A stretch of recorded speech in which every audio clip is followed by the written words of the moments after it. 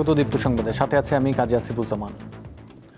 সুনামগঞ্জের শাল্লা উপজেলায় বন্যায় ক্ষতিগ্রস্তদের মাঝে বিনামূল্যে সাবমার্সিবল পাম্পযুক্ত টিউবওয়েল বিতরণ প্রকল্পে ঘুষ বাণিজ্যের অভিযোগ উঠেছে। এতে অতিষ্ঠ হয়ে পড়েছেন স্থানীয় মানুষ ও ভুক্তভোগীরা। এজন্য দায়ী কর্মকর্তার বিরুদ্ধে ব্যবস্থা নেওয়ার দাবি জানিয়েছেন এলাকাবাসী। এটা সরকারি অফিস, অথচ দেখে মনে হবে কোনো রাজদরবার। অফিস কক্ষের সামনেই বসেছে ঘুষের আসর। সুনামগঞ্জের শাল্লা উপজেলা জনস্বাস্থ্য সহকারী প্রকৌশলীর অফিস চলছে এভাবেই।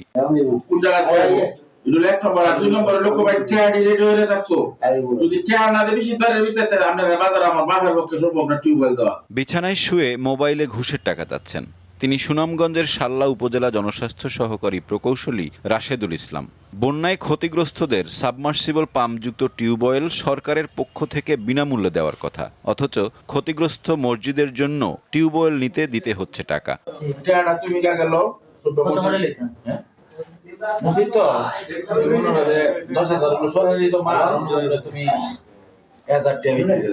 ঘুষ লেনদেনের বিষয়ে কথা হয় ভুক্তভোগীদের সাথে। তালিকায় নাম থাকলেও টাকা না দেওয়ায় অনেকেই টিউবওয়েল পাননি।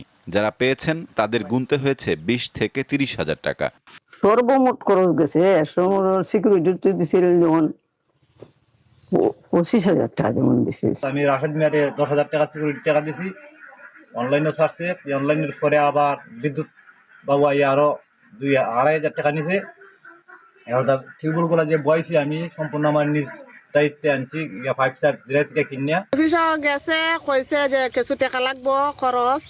তালিকাত আছে, আমরা হাইছি না। তালিকাত কইছে আমরা আছে, আমরা জানি, আমরা ওখানে কইতেছি। কলটা কই দিয়ে গেল, এই কলের তার খবর হাই না।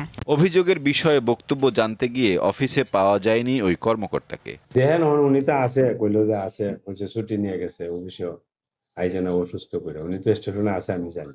ফোন তো দেখা না, ফোন দিলে ধরে না তো। আমরা পাবো কিভাবে ওনাকে? বাইশে আমি কিতা কইতাম দেখো। এ বিষয়ে জেলা জনস্বাস্থ্য কর্মকর্তা জানান, লিখিত অভিযোগ পেলে প্রয়োজনীয় ব্যবস্থা নেওয়া হবে। ওই টিউবওয়েলে বিনামূল্যে ছিল, প্রত্যেক উপজেলার লোকজনই জানে। সেই হিসেবে শাল্লাবাসীও জানার কথা। আমার কাছে এখনো পর্যন্ত এরকম কোনো অভিযোগ আসেনি, লিখিত আসেনি। শাল্লার প্রকৌশলী রাশেদ সাহেব যদি উনি জড়িত থাকে, তো উনি এটা নিঃসন্দেহে শাস্তি ভোগ করবেন। দুর্নীতিবাজ ওই কর্মকর্তার বিরুদ্ধে যথাযথ ব্যবস্থা নেওয়ার দাবি এলাকাবাসীর। সাইফুর রহমান শিশির, দীপ্ত বার্তা কক্ষ।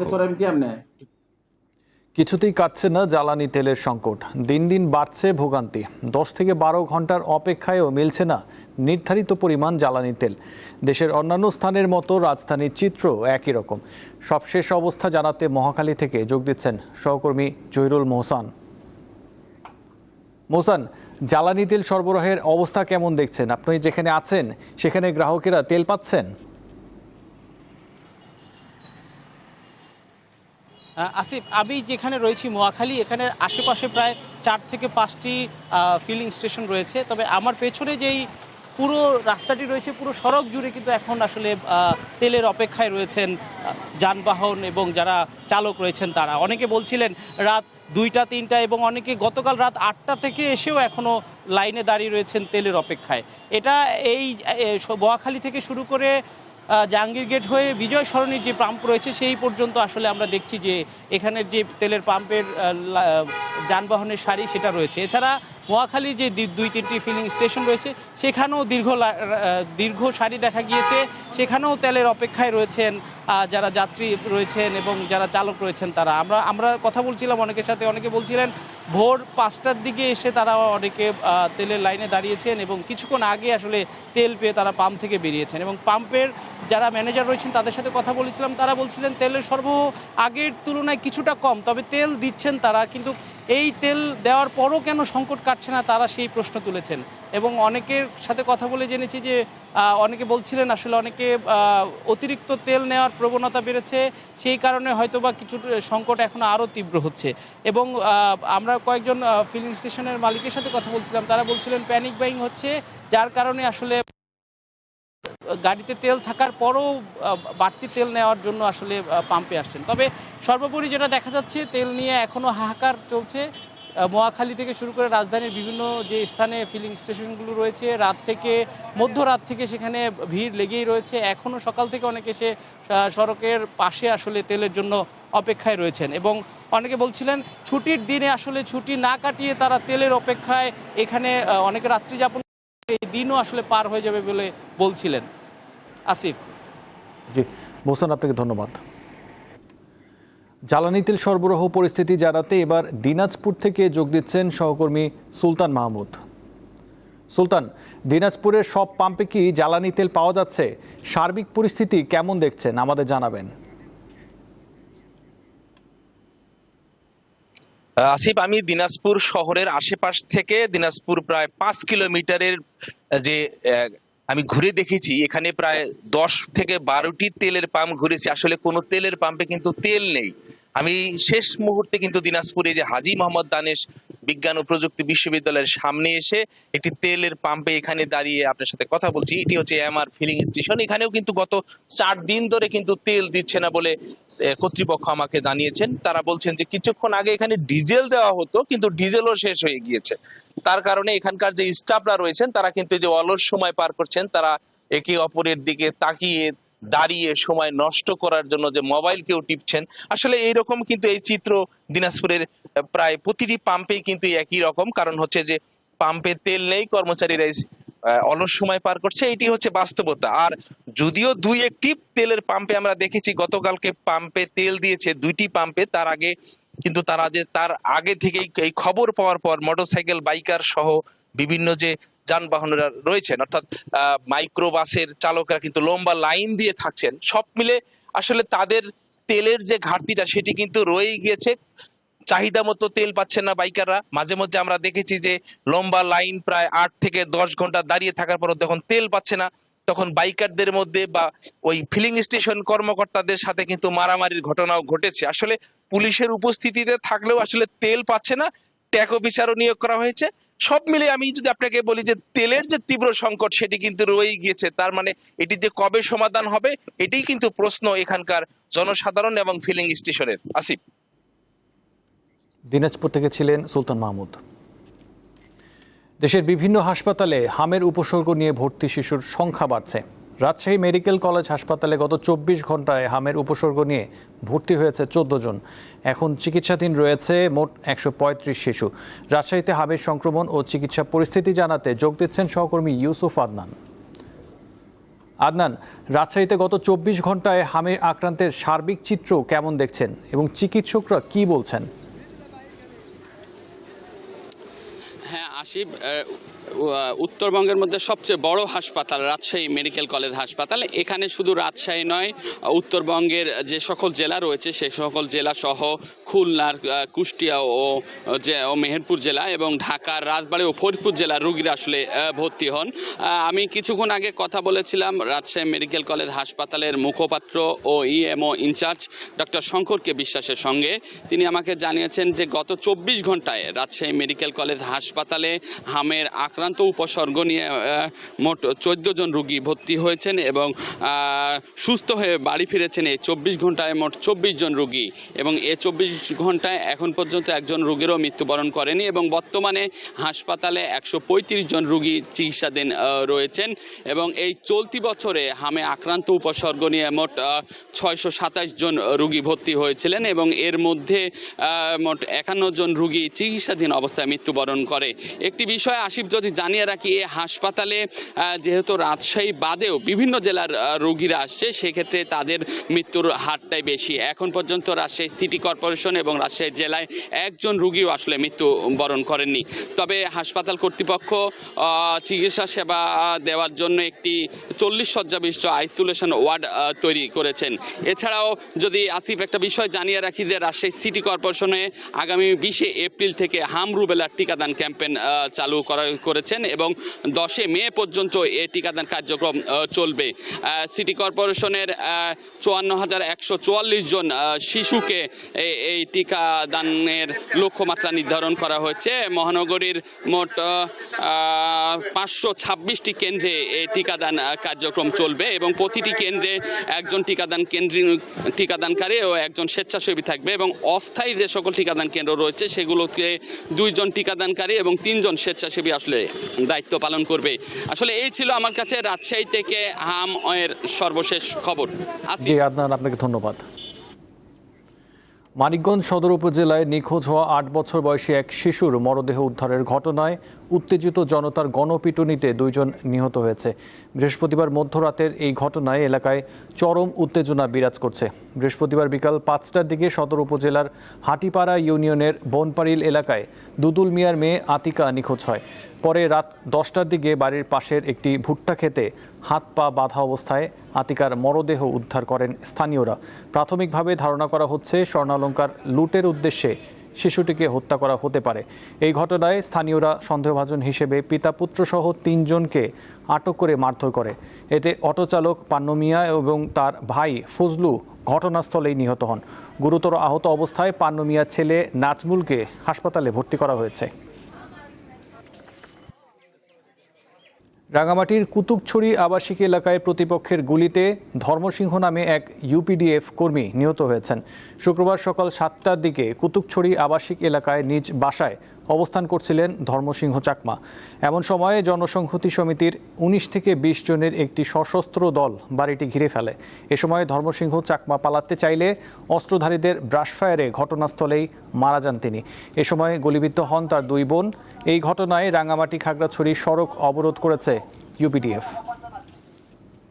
ম্যালেরিয়ায় আক্রান্ত হয়ে বাণিজ্য সচিব মাহবুবুর রহমান মারা গেছেন। তার বয়স হয়েছিল 58 বছর। শুক্রবার ভোর 6:30টার দিকে রাজধানীর একটি হাসপাতালে তিনি মারা যান। রক্তের প্লাটিলেট কমে যাওয়ায় মাহবুবুর রহমানকে গত সোমবার হাসপাতালে ভর্তি করা হয়। পরে তার ম্যালেরিয়া শনাক্ত হয় এবং দ্রুত পরিস্থিতির অবনতি ঘটে। তিনি স্ত্রী ও 3 কন্যা রেখে গেছেন।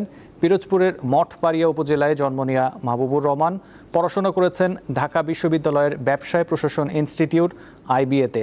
বিসিএস 13তম ব্যাচের শুল্ক ও আবগারি ক্যাডারের কর্মকর্তা মাহবুবুর 1994 সালের এপ্রিলে জাতীয় রাজস্ব বোর্ডের সহকারী কমিশনার হিসেবে যোগদান করেন।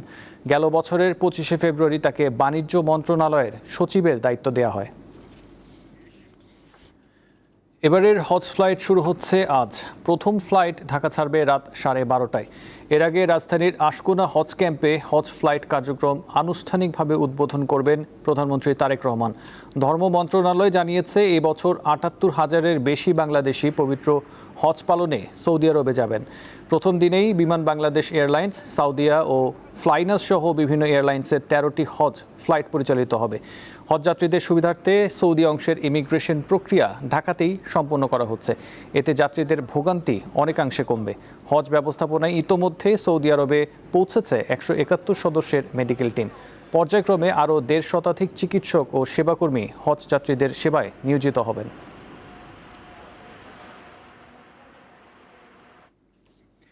এবছর পবিত্র হজ পালনকারী যাত্রীদের জন্য বিশেষ হজ কেয়ার প্যাক প্রদান করেছে এসিআই। গত 15 এপ্রিল বাংলাদেশ বিমানের প্রধান কার্যালয়ে এই কেয়ার প্যাকগুলো আনুষ্ঠানিকভাবে হস্তান্তর করা হয়। অনুষ্ঠানে প্রধান অতিথি হিসেবে উপস্থিত ছিলেন বিমান বাংলাদেশ এয়ারলাইন্সের ব্যবস্থাপনা পরিচালক ও সিইও কাইজার সোহেল আহমেদ। বিশেষ অতিথি ছিলেন বিমানের উপব্যবস্থাপনা পরিচালক সৈয়দ মঈন উদ্দিন আহমেদ। এসিআই এর পক্ষ থেকে হজ কেয়ার প্যাক হস্তান্তর করেন এসিআই কনজিউমার ব্র্যান্ডস ডিভিশনের প্রেসিডেন্ট মোহাম্মদ রেজাউল ইসলাম এবং নির্বাহী পরিচালক ও chief operating officer Kamrul Hasan. এ সময় আশা প্রকাশ করা হয় উভয় প্রতিষ্ঠানের এই সহযোগিতামূলক সম্পর্ক আগামী বছরও অব্যাহত থাকবে।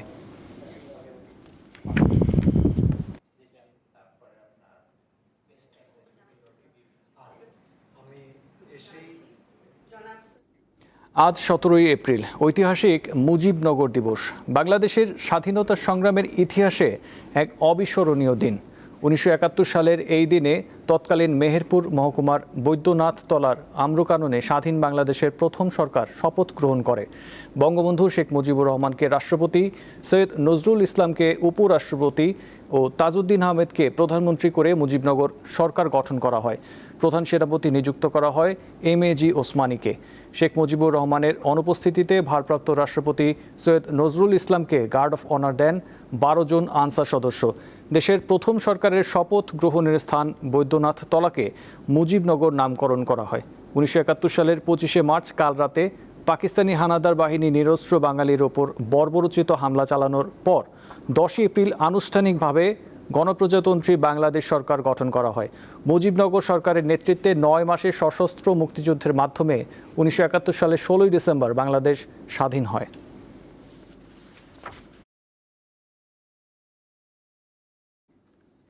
ঐতিহাসিক মুজিবনগর দিবসে এবার সরকারিভাবে কোনো কর্মসূচি গ্রহণ করা হয়নি।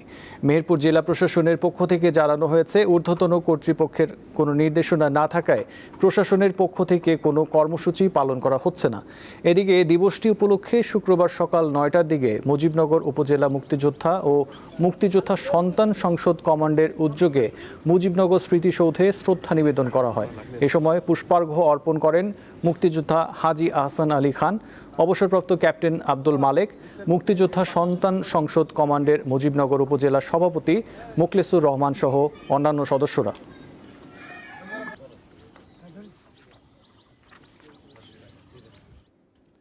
ঢাকার ধামরাইয়ে অভিযান চালানোর সময় একটি অবৈধ সীসা কারখানাকে জরিমানা ও বন্ধ করে দিয়েছে ভ্রাম্যমাণ আদালত। একই সঙ্গে পরিবেশ সুরক্ষায় প্রতীকী উদ্যোগ হিসেবে সেখানে বৃক্ষরোপণ করা হয়েছে। বৃহস্পতিবার রাতে ধামরাইয়ের ভাড়ারিয়া ও গাঙ্গুটিয়া ইউনিয়ন এলাকায় এই অভিযান চালানো হয়। অভিযানে মোট 3টি সীসা কারখানায় তল্লাশি চালানো হয়। এর মধ্যে ভাড়ারিয়া এলাকায় 2টি কারখানায় কোনো কার্যক্রম চলমান পাওয়া যায়নি। তবে গাঙ্গুটিয়া ইউনিয়নের একটি কারখানায় সীসা প্রক্রিয়াজাতকরণের কাজ চলতে দেখা যায়। ওই কারখানার মালিককে 50,000 টাকা জরিমানা এবং ব্যবহৃত একটি মেশিন জব্দ করা হয়। একই সঙ্গে কারখানার কার্যক্রম বন্ধ করে দেওয়া হয়েছে।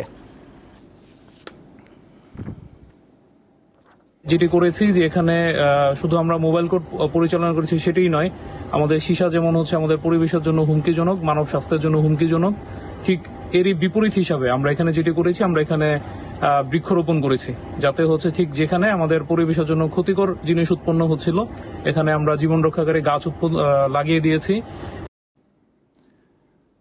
নানা সংকটের মাঝেও দীর্ঘদিন ধরে জ্ঞানের আলো ছড়িয়ে আসছে নওগাঁর বদলগাছি উপজেলার প্রত্যন্ত অঞ্চলের 2টি লাইব্রেরি।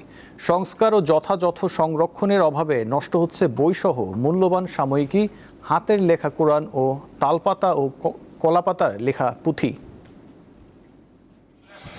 নওগাঁ জেলার বদলগাছি উপজেলার চাকরাইল গ্রামে 1936 সালে গড়ে তোলা হয় চাকরাইল রেজওয়ান লাইব্রেরি। গ্রামের মানুষের মাঝে বই পড়ার অভ্যেস গড়ে তোলার লক্ষ্যে এ উদ্যোগ নেন কবি তালিম হোসেন চৌধুরী। বর্তমানে এই লাইব্রেরিতে 20 থেকে 21,000 বই রয়েছে। এর মধ্যে আছে তালপাতার লেখা পুঁথি ও 100 বছরের পুরনো বই।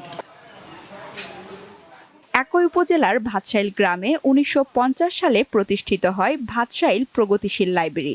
স্থানীয়দের মাঝে জ্ঞানের আলো ছড়িয়ে দিতে মরহুম মোশাররফ এই লাইব্রেরি গড়ে তোলেন। এখনও সংরক্ষিত রয়েছে বহু পুরনো পুঁথি ও হাতে লেখা কোরআন শরীফ। দীর্ঘদিন সংস্কার না হওয়ায় ঐতিহ্যবাহী এই লাইব্রেরি দুটির অবস্থা এখন বেশ নাজুক। সুযোগ সুবিধার অভাবে হারিয়ে যাচ্ছে মূল্যবান বই ও ঐতিহাসিক নিদর্শন। স্থানীয়দের দাবি দ্রুত সংস্কার ও ডিজিটালাইজেশন করা হলে নতুন প্রজন্মের কাছে আকর্ষণীয় হয়ে উঠবে লাইব্রেরি দুটি। বর্তমানে ইন্টারনেট এবং আধুনিক সভ্যতার কারণে বইয়ের প্রতি আমাদের আকর্ষণ বা আধুনিক প্রজন্মের আকর্ষণটা হারায় যাচ্ছে। তো যদি এটাকে কোনোভাবে একটু আধুনিকায়ন করা যেত। সরকারের কাছে আমাদের দাবি, লাইব্রেরিটির উপরে টিনের ছাউনির কারণে বিভিন্ন প্রাকৃতিক দুর্যোগের কারণে অনেক সমস্যায় আমাদের পড়তে হয়। লাইব্রেরি দুটি আধুনিকায়নে কাজ করা হবে বলে জানিয়েছেন উপজেলা নির্বাহী কর্মকর্তা। সরকারিভাবে আমরা চেষ্টা করবো আমাদের সামনে যে বরাদ্দগুলো রয়েছে সেখান থেকে ওই লাইব্রেরিতে অতি দ্রুত হচ্ছে টিনগুলো চেঞ্জ করে দেওয়ার এবং অবকাঠামোগত চেঞ্জগুলো করার জন্য আমরা চেষ্টা করব। স্থানীয়রা বলছেন দ্রুত কার্যকর উদ্যোগ না নেওয়া হলে হারিয়ে যেতে পারে দুর্লভ বই ও পুঁথি। সঞ্জিদা স্নিগ্ধা, দীপ্ত, বার্তা কক্ষ। এই ছিল এখনকার মতো। পরবর্তী সংবাদ 2টায় দেখার আমন্ত্রণ রইল। এছাড়াও তথ্য বিনোদনের জন্য চোখ রাখুন দীপ্ত টিভির ডিজিটাল প্ল্যাটফর্মগুলোতে। ধন্যবাদ।